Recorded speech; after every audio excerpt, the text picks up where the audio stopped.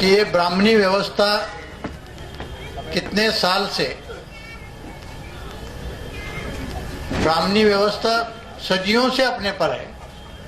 उनका उद्देश्य है कि समाज पर हमेशा अपना काबू पाना, कंट्रोल पाना, अपना श्रेष्ठत्व हमेशा रखना। लेकिन हर जमाने में वो अलग अलग तरीका अपनाते हैं। एक तरीका अपना के जब वो कुछ समाज को बिछड़ा करने की कोशिश करते हैं, अपने बहुजन समाज की समस्या ये है कि हम उनको जल्दी समझ नहीं पाते। कम से कम 10 से 20 साल तक हम उनके पीछे रहते हैं। आज भी अगर हम किसी पूछें कि भाई ये जो भी अपना बिछड़ापन है बहुजन समाज का, उसके लिए ब्राह्मण या ब्राह्मण व्यवस्था कारणीभूत है, तो बोलते हैं नहीं नहीं, आज के ज़माने में तो इतना टेक्नोलॉजी है, साइंस है, मीडिया का तो हर रोज़ मीडिया में हम हर चीज़ देखते हैं, तो आज उनको मुश्किल है कि हमें गुमराह बनाना। लेकिन सच तो यही है कि ये जो टेक्नोलॉजी, ये जो साइंस, ये जो मीडिया में जो एडवांसमेंट हुआ है, उसका सबसे ज़्यादा वही फ़ायदा ले रहे हैं। और पहले जितना गुमराह करते थे उससे ज़्यादा आज गुमराह कर रहे हैं।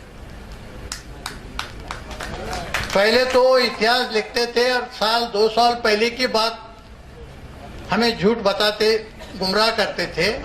आज कल जो हो रहा है, आज हमें झूठ बता के गुमराह करते हैं हर रोज। मीडिया के बारे में कई वक्ताओं ने बोला, मीडिया तो शुरू से ही उन्होंने अपने कब्जे में की है। पढ़े लिखे तो वही थे, मीडिया जब शुरू हुई तो नेचुरली वो कब्जा उन्होंने किया। आज अपने काफी लोग बहुजन हैं, दलित हैं, मुस्लिम भी मीडिया में हैं, लेकिन वो जो व्यवस्था बनी है वो ब्राह्मणी व्यवस्था है। तो इसलिए पूरी तरह से उसमें कोई भी हो, व्यवस्था ब्राह्मणी होने से पूरा जो मेनस्ट्रीम मीडिया है वो ब्राह्मणी मीडिया है।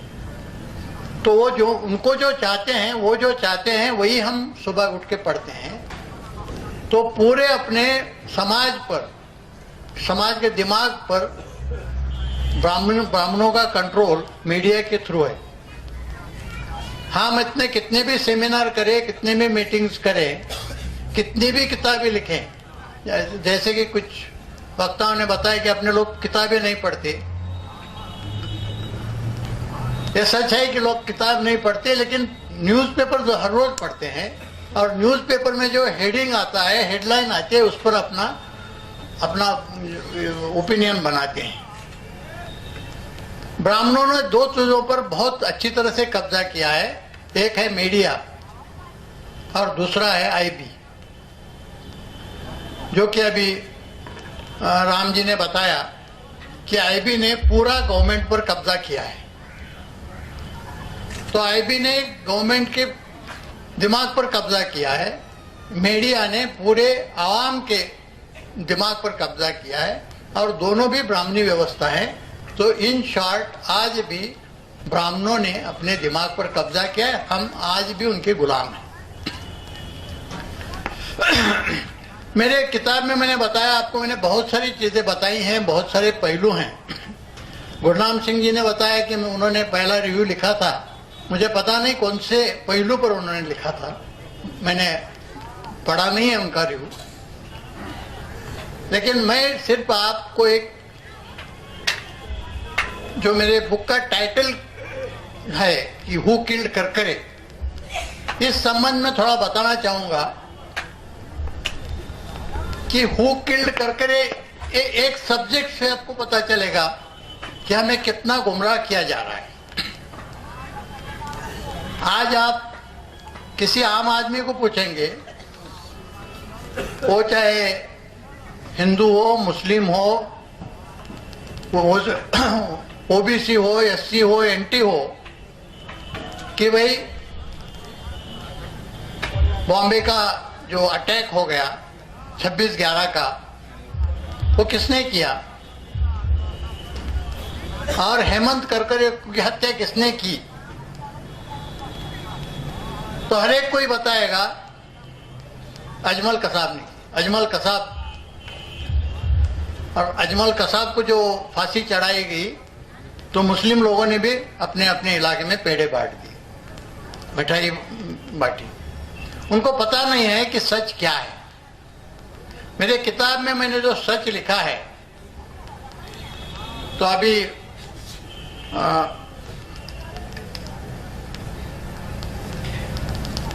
सुभाष चंद्र राम सिंह जी जो बताया कि वो किताब हाईकोर्ट में दाखिल की है, उस पर यह है, तो सच वही नहीं है। सच उसमें का थोड़ा सच ये है कि बॉम्बे अटैक की केस में का फिर री इन्वेस्टिगेशन किया जाए, इस पर एक PIL दाखिल की है। यहाँ पटना के ही एक बहुत बुजुर्ग हैं, वो 3 बार यहाँ के MLA रह चुके हैं। आज मुझे रिसीव करने भी आए थे। 80 साल उम्र है उनकी। उनका नाम है राधाकांत यादव। राधाकांत यादव जी ने मेरे बुक के आधार पर एक याचिका हाईकोर्ट में दाखिल की है और कहा है कि ये बुक में लिखा है ये सच है, फिर पुलिस ने जो इन्वेस्टिगेशन किया है वो झूठ है। तो इसलिए इस पुस्तक के आधार पर, इस बुक के आधार पर इस पूरे केस का री इन्वेस्टिगेशन किया जाए। तो उनकी 50 पेज की वो पिटीशन है। तो हाईकोर्ट ने government of India, Maharashtra government और बॉम्बे पुलिस को नोटिस देके उसको जवाब मांगा है। 3 साल हो गए। 17 अगस्त 2010 को उनको नोटिस इश्यू की। आज तक ना ये दोनों ने जवाब नहीं दिया और कोर्ट को भी हिम्मत नहीं हुई कि उस पर कुछ ऑर्डर करे इन्वेस्टिगेशन की। मेरे बुक में मैं सिर्फ वो एक पार्ट लेता हूँ, बॉम्बे अटैक का और करकरे की हत्या का। मैंने बताया कि करकरे की हत्या किसने की और क्यों की। करकरे की हत्या ब्राह्मण्यवादियों ने और IB ने मिलके की। और ये क्यों की? तो ये ब्राह्मणवादियों की एक बहुत बड़ी साजिश चली थी 5-6 साल से, और वो साजिश का पर्दाफाश हेमंत करकरे ने किया था। और वो बाद में आ रहा था, जो भी उसे सबूत मिले थे वो सबूत के आधार पर वो अपने लोगों को बुलाता था और उनकी पूछताछ करता था। एक बहुत हेमंत करकरे मेरे बहुत करीबी दोस्त थे, बहुत ईमानदार आदमी थे। जब वो मालेगांव 2008 का इन्वेस्टिगेशन कर रहे थे, जांच कर रहे थे, तो उस दरमियान उन्होंने 3 लैपटॉप बरामद किए। और वो जब लैपटॉप वो खोल के देखा तो उसमें वो लैपटॉप में वो 3 लैपटॉप यानी हिंदू राष्ट्र का या ब्राह्मण राष्ट्र का ब्लूप्रिंट था, प्रोजेक्ट रिपोर्ट ही था। अभी कुछ वक्ता बता रहे थे कि ब्राह्मण लोगों को अपना यहाँ वर्चस्व हमेशा रखना है और उसकी कोशिश करते हैं, और जो RSS और BJP जो बनी है वो उसी उद्देश्य से बनी है। ये सच है कि RSS जब बनी तो उनका उद्देश्य था कि ब्राह्मणी व्यवस्था को कायम रखना और हिंदू राष्ट्र के नाम से ब्राह्मण्यवादी राष्ट्र इस देश में लाना, यही उनका उद्देश्य था। लेकिन आगे चलकर BJP आई और वो पॉलिटिक्स में चले गए। फिर जो कट्टर ब्राह्मण्यवादी थे वो सोचने लगे कि अब ये लोग एम्बिशियस बन गए हैं, जो अपना मुख्य उद्देश्य है ब्राह्मण्यवादी राष्ट्र का निर्माण करना, अब ये इनके बस की बात नहीं है। तो इसलिए उन्होंने अभिनव भारत नाम की एक संस्था, एक संगठन एक शुरू किया। और ये संगठन क्या करता था? ये संगठन इस देश के प्रमुख शहरों में जाके वहां के जो कट्टर ब्राह्मण्यवादी थे उनकी मीटिंग्स लेते थे, और वो मीटिंग्स में उनका डिस्कशन होता था कि हमें अगर अपने ओरिजिनल एजेंडा के मुताबिक अगर ब्राह्मण राष्ट्र या हिंदू राष्ट्र यहाँ स्थापित करना है तो हमें क्या करना पड़ेगा। तो इसलिए उन्होंने इस्राइल से डिस्कशन शुरू किया था, इसलिए उन्होंने नेपाल से भी उनका बातचीत चली थी, और नागा में जो बंडखोर थे उनसे भी उनकी बातचीत चली थी, और उनके में एक तय हुआ।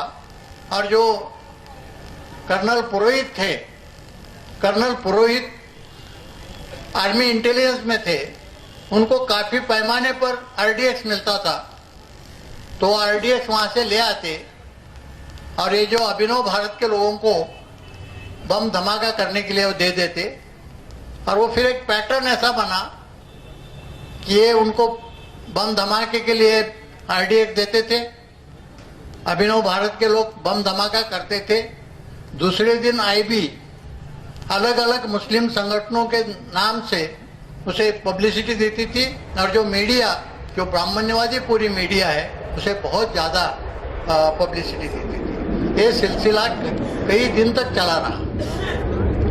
जब हेमंत करकरे ने ये 3 लैपटॉप हासिल किए, बरामद किए, तो उसमें उनके जो भी मीटिंग थे वो एक गलती किए थे जो ब्राह्मणों ने हजारों सालों में नहीं गलती की, वो गलती उन्होंने इस बार की थी। वो गलती ये थी कि जो भी उनके मीटिंग होते थे उसके वो वीडियो या ऑडियो रिकॉर्डिंग करके वो रिकॉर्डिंग वो अपने लैपटॉप में रखते थे। तो ऐसे 24 मीटिंग के रिकॉर्डिंग ये 3 लैपटॉप में थे।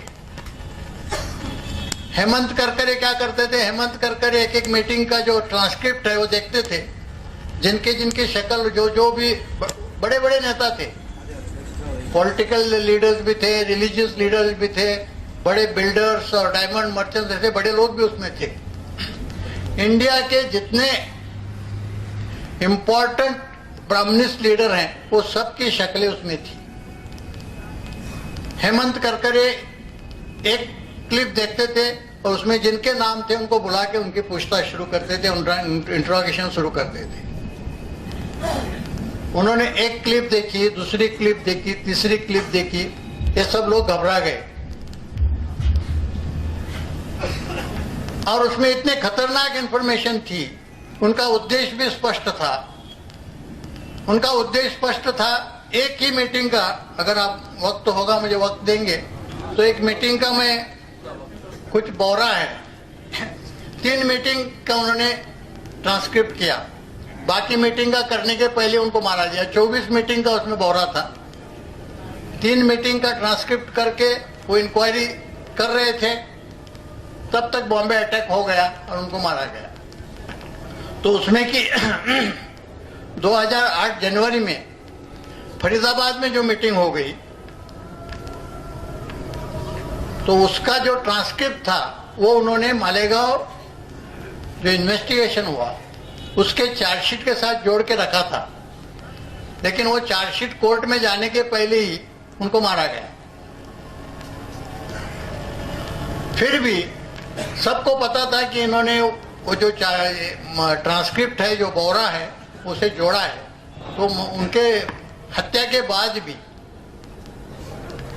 वो चार्जशीट के साथ वो जो ट्रांसक्रिप्ट है वो चला गया, और आज भी वो ट्रांसक्रिप्ट कोर्ट में मौजूद है और ये पब्लिक डॉक्यूमेंट है, ऐसा कुछ कॉन्फिडेंशियल नहीं है। तो उसमें की इंपॉर्टेंट पॉइंट मैं बताता हूँ। एक मीटिंग का है, ऐसे 24 मीटिंग हुई थी। ये मीटिंग कुछ इंग्लिश में और कुछ हिंदी में हुई थी, ज्यादातर हिंदी में थी, कुछ कुछ अंग्रेजी वर्ड, इंग्लिश वर्ड्स वो बोलते थे।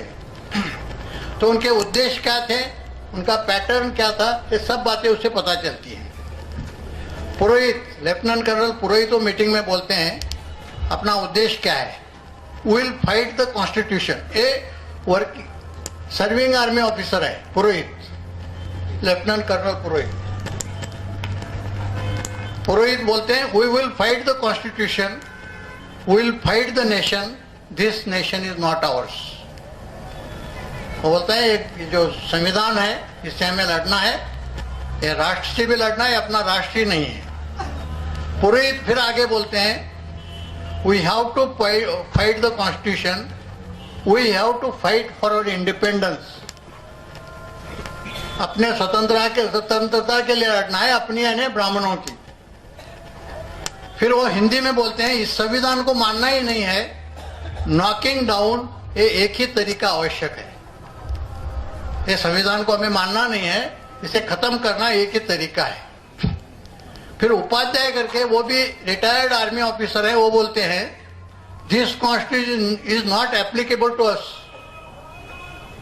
Will not be acceptable to us, another constitution will come into place, then Hindu Rashtra is establish. ये घटना अपने को एक्सेप्टेबल नहीं है, इसे मानना ही नहीं है, नई घटना बनाना चाहिए और फिर अपना हिंदू राष्ट्र बनेगा। तो फिर उसमें सुधाकर द्विवेदी, जो दयानंद पांडे के नाम से भी पहचाने जाते हैं, सुधाकर द्विवेदी भी हैं और वो खुद को शंकराचार्य कहते थे, वो फिर नए कॉन्स्टिट्यूशन क्या होगी वो उसका सजेशन देते हैं। वो बताते हैं राज्य व्यवस्था का हमारे यहाँ कुछ पौराणिक शास्त्र है, हमारी जो स्मृतियां हैं, जो बाबा साहब ने स्मृति एक जलाई, कौन सी, मनुस्मृति, तो ये सब स्मृतियां जो हैं वही हमारी संविधान है इस समाज की। इस समय 14 स्मृतियां हैं हमारे इस देश में, उन सारे को इकट्ठा कीजिए। जैसी एक मनुस्मृति थी वैसे बोलते हैं 14 स्मृतियां हैं, उनको इकट्ठा कीजिए, वही हमारी कॉन्स्टिट्यूशन है, वही हमारा संविधान है। फिर पुरोहित बोलते हैं इस देश में हमें वेदों के मुताबिक जो बताया गया है सनातन हिंदू धर्म, वैदिक धर्म, वो चाहिए। तो अपने को क्या चाहिए ये भी वो स्पष्ट करते हैं। फिर इसके लिए जो उन्होंने ये कर रहे, नेपाल के साथ क्या डिस्कशन हुआ, इसराइल के साथ क्या डिस्कशन हुआ, उसका भी काफी ब्यौरा है। उसमें के कुछ अंक मैं आपको पढ़ के दिखाऊंगा। किंग ज्ञानेंद्र के साथ हमारी मीटिंग तय थी 24 जून को और 2007 को, पिछले साल। और ये हमारी मीटिंग तय हुई थी 13 फरवरी को टेलीफोनिकली। और एक प्रज्वाल करके हैं, प्रज्वाल, उनको इंटेलिजेंस में अभी ब्रिगेडियर बनाया गया है, वो हमने इसके लिए बहुत कष्ट करके मीटिंग, उन्होंने बहुत कष्ट करके मीटिंग की थी। ये प्रज्वाल नेपाल के ब्रिगेडियर थे, उन्होंने मीटिंग की थी अभिनव भारत की और वहाँ के किंग ज्ञानेंद्र की। King has accepted our proposal. मेरा उनको प्रपोजल ये था कि मेरे 20 लोग आपके यहाँ से ऑफिसर बन के ट्रेनिंग करेंगे हर 6 महीने से। एक साल में मुझे 40 लोग मिलेंगे और मेरे 200 लोग आपके यहाँ जवान करके ट्रेनिंग लेंगे, जो मेरे को एक साल में 400 लोग मिलेंगे। तो जो टेररिस्ट थे अभिनव भारत के, जो ब्राह्मण्यवादी टेररिस्ट थे, उनको ट्रेनिंग देने का फैसला नेपाल के राजा में और इनके में हुआ था। 20 अधिकारी और 200 जवान हर 6 महीने में वो ट्रेनिंग करेंगे। दूसरी उन्होंने मांग की थी, you being an independent nation ask for AK-47 from Czechoslovakia, will pay the money and ammunition. जो AK-47 राइफल है वो चेकोस्लोवाकिया में मिलते, तैयार होते हैं, और वो इंडिविजुअल को नहीं मिलते, वो गवर्नमेंट को मिलते हैं। तो बोलते हैं कि आप वो लेके हमें दीजिए, हम आपको पैसे देंगे, एम्यूनिशन हम खुद खरीद करेंगे। The king has accepted. हाँ, तो एक किंग ने एक्सेप्ट किया। ये इनका दोनों का ये हुआ था। फिर इसराइल के साथ इनका जो डिस्कशन चला था, इसराइल से मैंने संपर्क किया है, हमारा एक कैप्टन इसराइल होके आ गया है। Very positive response from their side. हमने 4 चीजें मांगी थी, continuous and uninterrupted supply of equipment and training. Second, allow us to start our office with saffron flag in Tel Aviv. Number 3, political asylum. Number 4, support our cause in the UN that Hindu Rashtra is born. ये 4 मांगे की थी कि हमें equipment का और training दे दो। दूसरा, हमारा ऑफिस तेल अवीव में स्टार्ट कर दो, हमें राजकीय आश्रय दे दो, और चौथा हमारा कॉज यूएन में आप लेके चलो।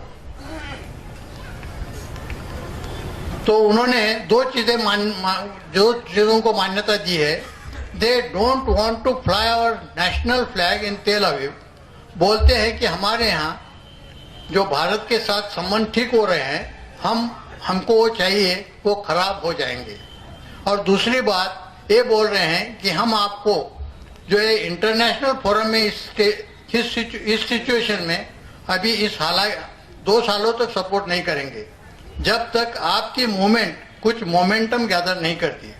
Political asylum any time for equipment and training once you show something on the ground and, और मैं ये अचीव कर रहा हूँ। वो बोले कि जो फ्लैग आप लगाने बोल रहे हो हिंदू राष्ट्र का, वो नहीं कर सकते। यूएन में भी आपका कॉल हम अभी नहीं कर सकते लेकिन ट्रेनिंग इक्विपमेंट आपको कभी भी मिलेगा और राजाश्रय आपको कभी भी मिलेगा। तो ये आश्वासन इस्राइल से मिला। फिर नागालैंड में जो बंडखोर गवर्नमेंट था उसे कंट्रोल करने के लिए हमारे आर्मी ऑफिसर भेजे जाते थे। जब इनको भेजा गया था पुरोहित को, तो पुरोहित ने वो बंडखोर जो नागा थे उनसे सांठगांठ कर ली और उनके साथ 7 साल का उन्होंने गठबंधन किया कि 7 साल तक ये नागा के जो रिबेल गवर्नमेंट है उसे सपोर्ट करेंगे और नागा के रिबेल हिंदू राष्ट्र को सपोर्ट करेंगे। तो उसमें ये बोलते हैं कि आज के तारीख में NSCIM और NSCL का विघटन हो गया है तान सुकों को हटा के, और वो पैरेलल गवर्नमेंट काम कर रहे थे पिछले 50 साल से 55 साल से। NSCL का डिफेंस मिनिस्टर जो है, जब मैं नागालैंड में था स्वामी जी 1993 में, तो उस टाइम उसके ऊपर ज्यादा प्रभाव था NSCL का, तो उनको मैंने सेव किया था। उस टाइम जो डिफेंस मिनिस्टर थे उनका नाम था खेतोसी सेमा। खेतोसी सेमा को मैंने अपने जिम से बाहर निकाला था क्योंकि उनका वहां पे जिंदा रहना मेरे लिए आवश्यक था। ये व्यक्ति के साथ हमने पुनर्स्थापित संबंध किए हैं स्वामी जी, और रायकर जी के वजह से ये फैक्शन जो आज मिनिस्टर ऑफ डिफेंस ने ये मान लिया है कि अगले 7 साल के लिए उसे संधि करके रखेंगे और उनको हम तकलीफ नहीं देंगे, और इस साल 7 का अनकंडीशनल सपोर्ट हमने एक्सेप्ट कर लिया है। तो ये नागा जो रिबेल्स थे उनके साथ उनका संगठन हुआ था। तो ये बातें ये सब कर रहे थे। ये मैं एक इसलिए बता रहा हूं कि इसमें कितनी इंपॉर्टेंट चीजें थी। फिर जो ये बातें हैं 2008 की, 2005 से 2008 तक जो भी बम धमाके होते थे और मुस्लिमों पर उसका ब्लेम लगाया जाता था, तो वो बम धमाके कोई मुस्लिम या कोई बाहर के आगे नहीं करते थे, खुद ही करते थे। ये भी उन्होंने इसमें मान लिया है। उपाध्याय, मेजर उपाध्याय बोलते हैं, जैसे हैदराबाद के मस्जिद में हुआ था और जगह लोगों ने किया, तो यह कोई ISI वाला आके नहीं कर रहा था। इस दौरान में अपना ही कोई आदमी था। मैं अपनी जानकारी के तौर पर यह कह सकता हूं कि ये व्यक्ति कौन था। वो था या नहीं ये मैं नहीं जानता, वह कर्नल बताएंगे। लेकिन मुझे ऐसा लगता है कि कर्तव्य के लिए तो ये करना जरूरी है। एग्जाम्पल देना तो ठीक सही नहीं है, लेकिन खालिस्तान मूवमेंट नरम पड़ने का एक कारण यह भी है कि इंदिरा गांधी के मरने के बाद लोगों का या हिंदुओं का गुस्सा था, वो इतना फूटा कि लोगों ने सिखों को पकड़ पकड़ के पीटा। इनको बताने का यह है कि भाई ये जो भी कुछ बम ब्लास्ट हो रहे हैं अपने ही लोग कर रहे हैं। मुझे पता नहीं कि ये कौन लोग कर रहे हैं, कि किसी ने कौन सा बम ब्लास्ट किया है, लेकिन ये कर्नल बताएंगे, बिकॉज ये कर्नल ये सब मैनेज करते थे। लेकिन बोलता है कि ये करना जरूरी इसलिए है कि जैसा इंदिरा गांधी के हत्या के बाद हिंदुओं का गुस्सा इतना फूटा कि उन्होंने सिखों को पकड़ पकड़ के पीटा, तो उसी तरह मुस्लिम के खिलाफ ऐसा एटमॉस्फेयर करना है, ऐसे हालात पैदा करने हैं कि उनको भी इसी तरह से पीटा जाए और एक बार ऐसा अराजक आ जाए तो हमें टेक ओवर करना आसान पड़े। तो एक ये है, आगे वो ये बताते हैं कि इसके बीच में जो भी आएगा उसे मार दिया जाएगा। पुरोहित बोलते हैं जो व्यक्ति इस पूरे की बाधा डालेगा उसको सिर्फ निष्कासित नहीं किया जाएगा, उसको उड़ा दिया जाएगा, ही शुड बी किल्ड। तो ये इनका जनवरी 2008 का है। जो करकरी की हत्या हुई वो इसी पॉलिसी, उसके पहले का ये पॉलिसी डिसीजन है उनका। तो मैं इसलिए बताया था, पढ़ के दिखाया कि भाई एक मीटिंग का में इतने अपनी को इंफॉर्मेशन है, ऐसे 24 मीटिंग हुए थे। बाकी मीटिंग के जो क्लिप्स थे कहां गए आज तक पता नहीं है।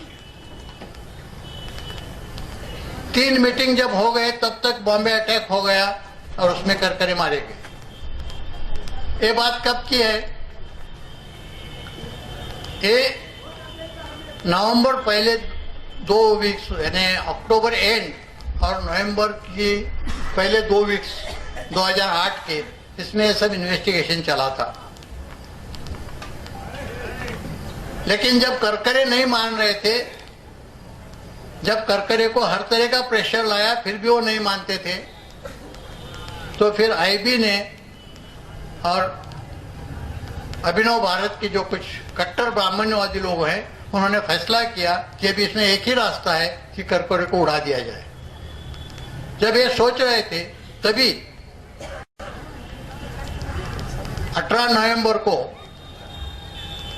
अमेरिका की एक इंटेलिजेंस एजेंसी ने अपनी जो फॉरेन इंटेलिजेंस एजेंसी है रॉ, उसको इंफॉर्मेशन दे दी कि एलईटी की एक बोट, एलईटी के कुछ अतिरेकी बॉम्बे के कुछ होटल्स पर अटैक करने के लिए निकल चुके हैं और 4-5 दिन में वो पहुंच जाएंगे। इसका कारण यह था कि सितंबर 2008 में कराची के मेरियट होटल पर बम ब्लास्ट हुआ था और एलईटी को और पाकिस्तान के आईएसआई को शक था कि यह बम ब्लास्ट अपने भारत ने करवाया, तो उसका बदला लेने के लिए ये वहां से निकल चुके थे। और ये पक्की इंफॉर्मेशन थी कि 18 तारीख को वहां से निकल चुके। तो जो इंफॉर्मेशन देते समय उन्होंने सिर्फ सिंपल ऐसी वेग इंफॉर्मेशन नहीं दी, उन्होंने उसके अक्षांश और रेखांश भी बताए, लॉन्गिट्यूड और लैटिट्यूड, कि इस वक्त बोट इस लॉन्गिट्यूड और लैटिट्यूड पे है और कराची से 29 किलोमीटर जा चुकी है और 5 दिन में वो पहुंच जाएगी और बॉम्बे के होटल्स पर अटैक करेगी। ये जो इंफॉर्मेशन है, ये इंफॉर्मेशन रॉ ने, रॉ का जो रॉ इंटेलिजेंस एजेंसी है, खुफिया एजेंसी है, लेकिन उनका काम इंटरनेशनल, आउटसाइड द कंट्री है। तो उन्होंने बताया ये तो इंटरनल मामला है, ये हमारा सब्जेक्ट नहीं है। तो उन्होंने दूसरे दिन यानी 19 तारीख को ये इंफॉर्मेशन आईबी को दे दी। आईबी जो इंटरनल सिक्योरिटी के लिए रिस्पॉन्सिबल है, लेकिन रॉ को ये पता नहीं था। रॉ में भी ब्राह्मण एलिमेंट्स काफी हैं, लेकिन रॉ को ब्राह्मणों ने पूरी तरह कब्जा नहीं किया है रॉ का, कि जितना आईबी में किया है। उन्होंने आईबी को बताया कि भाई ये बोट निकल चुकी है और 5-6 दिन में बॉम्बे के कुछ होटल्स पर अटैक करने वाली है, तो आप जो भी है वो उसका इंतजाम कीजिए। लेकिन रॉ को कुछ शक आया कि भाई ये जो आईबी है इनका कुछ इरादा नेक नहीं लग रहे, तो इसलिए रॉ ने क्या किया, रॉ के पास रॉ ने एलईटी पर कुछ सिम कार्ड जो रहते हैं, सिम कार्ड, वो सिम कार्ड प्लांट किए थे, 32 सिम कार्ड्स।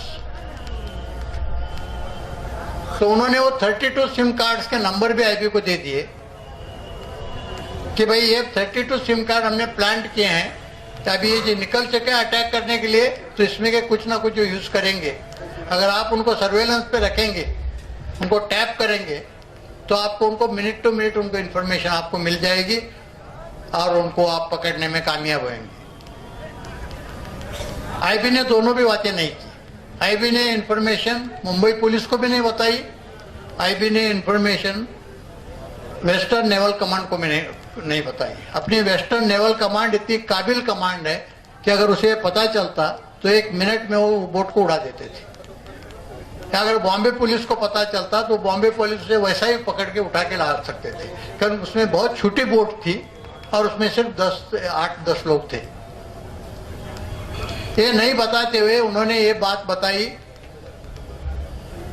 अभिनव भारत को और उनको बोला कि भाई ये जब लोग अटैक करने आएंगे 5-6 दिन का अभी वक्त है, तो तुम तैयारी करने लगो, और जब इधर होटल पर अटैक करेंगे तो आप पैरेलल अटैक अंदर के बाजू में कर लो, वहां हम करकरे को भेज देंगे और उसे उड़ा डालो। उनको तो मिनट टू मिनट इंफॉर्मेशन मिलती थी। जो 32 सिम कार्ड दिए थे उसमें के 3 सिम कार्ड वो एक्चुअल यूज कर रहे थे आते समय, जो एलईटी के अतिरेकी थे। तो इनको ये इंफॉर्मेशन मिलती गई और इन्होंने वो इंफॉर्मेशन सिर्फ अभिनव भारत को दे दी और अभिनव भारत के लोगों ने पैरेलल अटैक किया, उसको सिंक्रोनाइज किया और दुनिया को ये बताया कि ये अटैक और वो अटैक दोनों ने भी एलईटी ने किए हैं। और उसमें जो एनकाउंटर हो गया वो एनकाउंटर भी तीसरा फर्जी एनकाउंटर था, उसका और ये अटैक वालों का कुछ भी संबंध नहीं है। तो आप मुझे बताएंगे कि भाई ये इतनी सब इंफॉर्मेशन आपको कहीं से मिली? तो ये भी बहुत इंटरेस्टिंग बात है, आपको समझना जरूरी है। जब ये अटैक हुआ तो दिल्ली में हलचल मच गई। रॉ के लोग बोलने लगे कि भाई इतनी पक्की इंफॉर्मेशन, जिसे हॉट इंफॉर्मेशन बोलते हैं, जिसे स्पेसिफिक इंफॉर्मेशन बोलते हैं, इतनी स्पेसिफिक इंफॉर्मेशन देने के बावजूद और उनके टेलीफोन नंबर देने के बावजूद ये अटैक हुआ कैसे? तो ये हलचल मचते ही उस वक्त शिवराज पाटिल गृह मंत्री थे, अपने होम मिनिस्टर, उन्होंने झट से इंक्वायरी ऑर्डर की। उसका आईबी को पता ही नहीं चला और जो इंक्वायरी ऑफिसर था वो भी कोई ईमानदार इंक्वायरी ऑफिसर होगा, उसने बहुत ऑनेस्टली और ईमानदारी से इंक्वायरी की। 15 दिन में इंक्वायरी का रिपोर्ट दिया और इंक्वायरी के रिपोर्ट में पूरी बातें आ गई कि भाई 18 तारीख को मिली थी, 19 तारीख को समझाई गई, 21 तारीख को उनको टेलीफोन के नंबर दिए गए और इन्होंने बॉम्बे पुलिस को भी नहीं समझाया और वेस्टर्न नेवल कमांड को भी नहीं समझाया। सिर्फ कोस्ट गार्ड ने बहुत छोटा यूनिट है, रिकॉर्ड के लिए कोस्ट गार्ड को समझाया था। कोस्ट गार्ड को इंफॉर्मेशन ऐसी इतनी इंपॉर्टेंट चीज की देना है, अपने यहाँ अगर डेकॉइटी हो गई तो होमगार्ड को समझाने जैसा है। फिर भी वहां एक नीलकंठ, क्या तो भी नाम भूल गया, महाराष्ट्रीयन ही नाम है, वहां जो ऑफिसर था वो इतना ईमानदार था कि उसने रात दिन वहां देखा कि वो बोट नहीं आई। तो जो आईबी का ऑफिसर था प्रभाकर आलोक, कि जिसने वो इंफॉर्मेशन दी थी, उसे उसने पूछा कि वो बोट तो मुझे नहीं मिल रही, मैंने पूरी जांच की है मेरे एरिया में, तो मुझे अपडेट दे दो वो बोट का, अभी बोट कहाँ है। उसे शक आया कि ये कुछ मुझे सच नहीं बोलेगा, तो इसने सिर्फ टेलीफोन से नहीं तो राइटिंग में भी उसे समझा दिया कि मुझे बोट का अपडेट दे दो कि मुझे बोट नहीं मिल रही, मैं यहाँ तैयारी में हूँ। तो जो प्रभाकर आलोक था, प्रभाकर आलोक ने आखिर तक उसे वो इंफॉर्मेशन नहीं दी, वो भी वो इंक्वायरी में आया है। तो ये इंक्वायरी रिपोर्ट उन्होंने दबाने की कोशिश की, दबाई है। लेकिन इंडियन एक्सप्रेस और हिंदुस्तान टाइम्स, ये दो न्यूज़पेपर ने वो रिपोर्ट कहीं से हासिल किया और उसमें के जो इंपॉर्टेंट पॉइंट्स थे वो पब्लिश किए। मेरे बुक का आधार वो 2 न्यूज़पेपर्स की कटिंग्स हैं। आज तक कोई चैलेंज नहीं कर पाया। मैंने उस पर ये 2 जो हेमंत करकरे को कैसा बुलाया गया, हेमंत करकरे को कैसा भेजा गया और जो एनकाउंटर हो गया वो एनकाउंटर कैसा झूठा था, ये सब बातें बुक में बताई है और इसी बुक के आधार पर, इसी पॉइंट के आधार पर राधाकांत जी यादव जो है उन्होंने वो PIL की है और उसे जवाब आज तक नहीं दे पाए और गवर्नमेंट भी आज तक उस पर कुछ नहीं बोल रही और कोर्ट भी उस पर, कोर्ट की भी हिम्मत नहीं हुई कि उस पर कुछ ऑर्डर करे।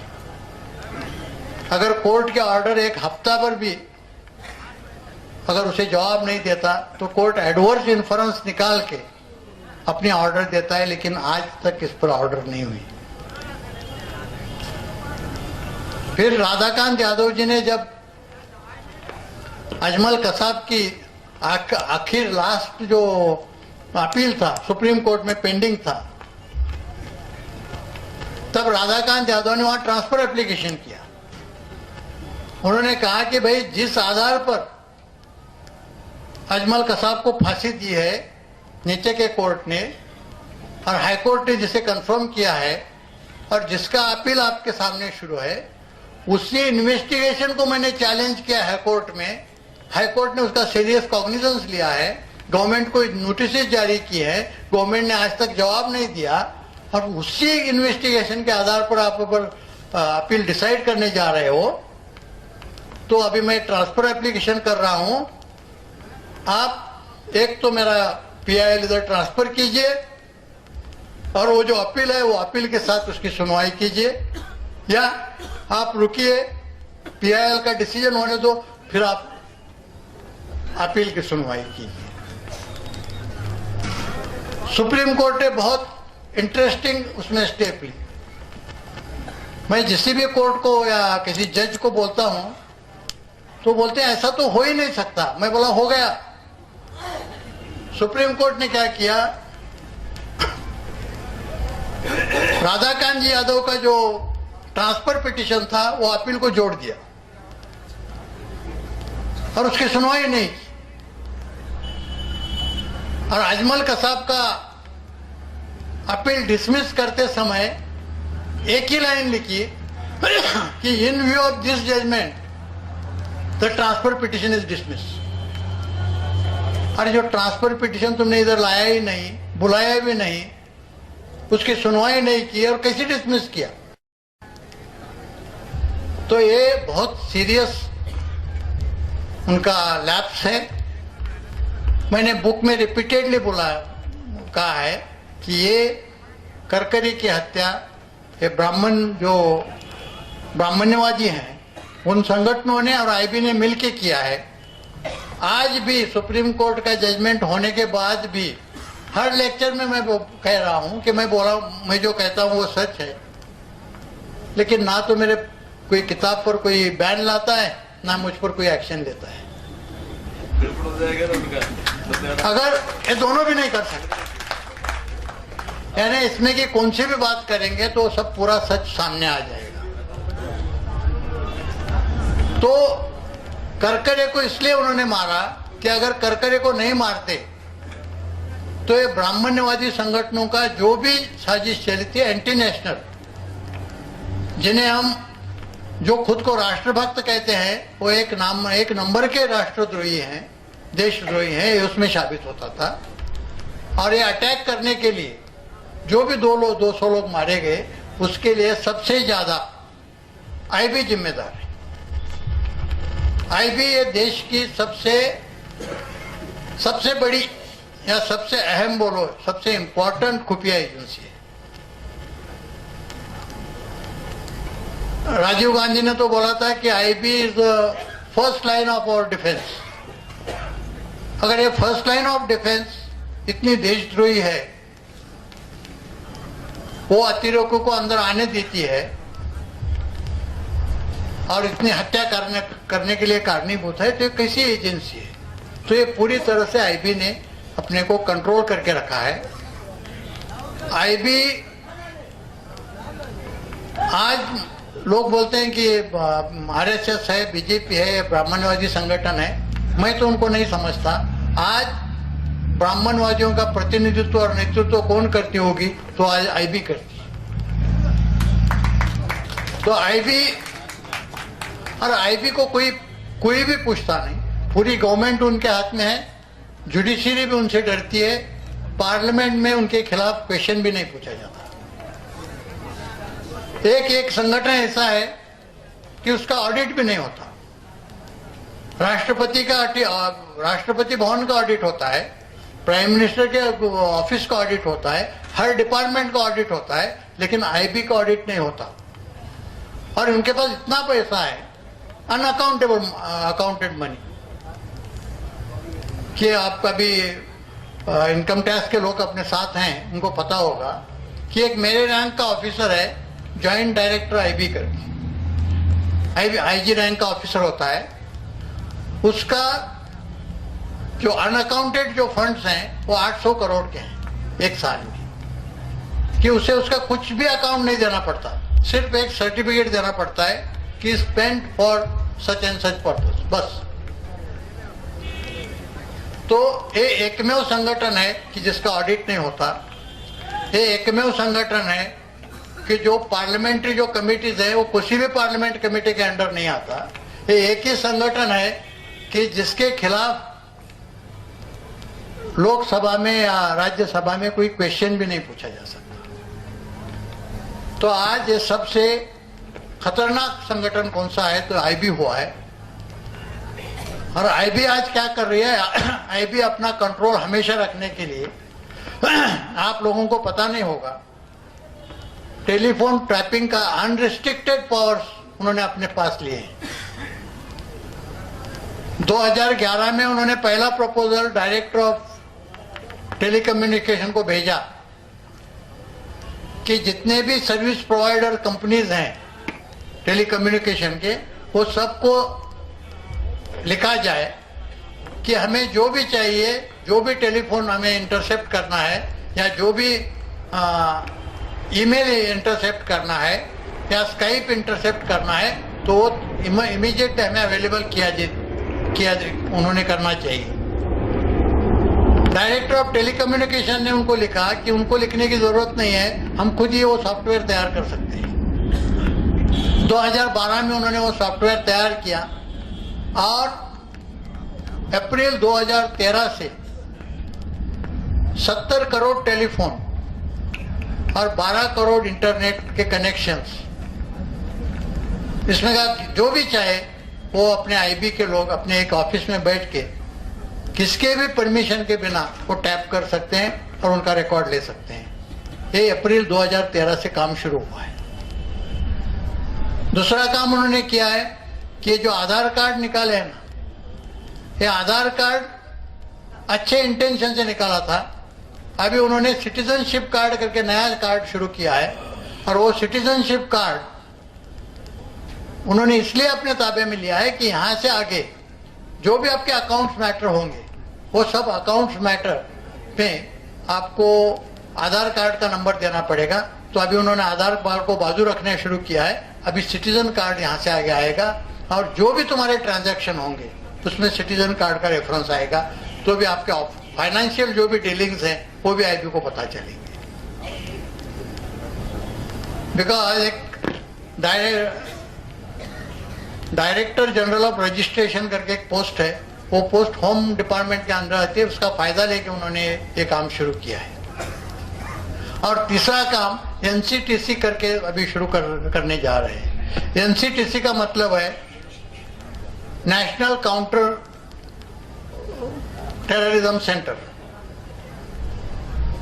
तो नेशनल काउंटर टेररिज्म सेंटर शुरू करके वो पूरे इन्वेस्टिगेशन के पावर्स जो स्टेट्स को थी वो अपने पास लेना चाहते हैं।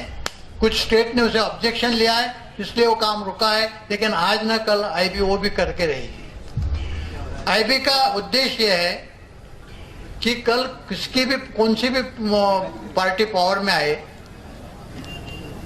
फिर वो कांग्रेस आए, बीजेपी आए, आप आए, कोई भी आए, उनका बाप भी आए, तो भी ये उनके सबके बाप रहेंगे। क्या पूरी टेलीफोन के पावर उनके पास है, या अभी सिटीजनशिप कार्ड आया तो फाइनेंशियल डीलिंग पर भी उनका कंट्रोल रहेगा, और एनसीटीसी आने के बाद इन्वेस्टिगेशन पर भी उनका कंट्रोल रहेगा। तो इसी तरह से ये आईबी ने, और पूरी तरह से आईबी अभी किसी ने बताया कि आरएसएस ने अपना आईबी का कब्जा किया है, ऐसा नहीं है। आज आईबी ने ही सबका कब्जा किया है। आज आरएसएस वाले और बीजेपी के जो कट्टर ब्राह्मण्यवादी हैं, उन्होंने पूरा उनको सरेंडर किया है। उन्होंने मान लिया है कि अपने ही लीडर हैं, ये अपने प्रतिनिधि हैं। तो अभी कट्टर आरएसएस वाले, कट्टर बीजेपी वाले वो आईबी के खिलाफ कुछ नहीं बोलते। आईबी को पूरा फ्रीडम दिया है। आईबी के खिलाफ कभी भी बीजेपी वाला, जो कट्टर बीजेपी वाला है, जो ब्राह्मण्यवादी है, वो आईबी के खिलाफ कभी नहीं बोलता, क्योंकि वो पता है जो आईबी कर रही है वो अपने मूल उद्देश्य के लिए है। हमें यहाँ से आगे बहुत सतर्क रहने की जरूरत है कि ये बहुत डेंजरस सिचुएशन है। और आईबी का ओरिजिन क्या है किसी भी पता नहीं है। सीबीआई हो, बाकी दूसरे जितने भी एजेंसियां हैं, संविधान आने के बाद, कॉन्स्टिट्यूशन आने के बाद सबका रिकॉन्स्टिट्यूशन हुआ है। आईबी का रिकॉन्स्टिट्यूशन ही नहीं हुआ। आईबी 1887 में एक टेलीग्राफ, इंग्लैंड से एक टेलीग्राम आया, वो टेलीग्राम पर वो एस्टेब्लिश हुई है 1887 में। उसके बाद उनका कुछ ओरिजिन नहीं है। आज 2 PIL पेंडिंग है उसके ओरिजिन के लिए। एक है बेंगलोर में 1675 ऑफ 2011 और 2010, और दूसरी है यहाँ सुप्रीम कोर्ट में, जो अपने भूषण, क्या नाम उनका, प्रशांत भूषण ने डाली है। लेकिन दोनों पर गवर्नमेंट ने आज तक जवाब नहीं दिया, और दोनों के खिलाफ कोर्ट ने कुछ भी ऑर्डर नहीं किया। तो सबसे डेंजरस सिचुएशन जो है ये आईबी की है। और ब्राह्मण लोग, हम जो बोलते हैं ना, ब्राह्मण अपना ब्राह्मणत्व भूले नहीं है, वो हमेशा ध्यान रख के चलते हैं। और वो कितना भी एडवांसमेंट हो, टेक्नोलॉजिकल एडवांसमेंट हो, साइंटिफिक हो, कुछ भी हो, वो अपना श्रेष्ठत्व रखने की हमेशा कोशिश करते रहेंगे, करते हैं। अपने तरीके बदलेंगे लेकिन अपना उद्देश्य नहीं बदलेंगे। तो हमें हमेशा सतर्क रहना चाहिए। इतना बोलकर मैं आपकी रजा लेता हूँ।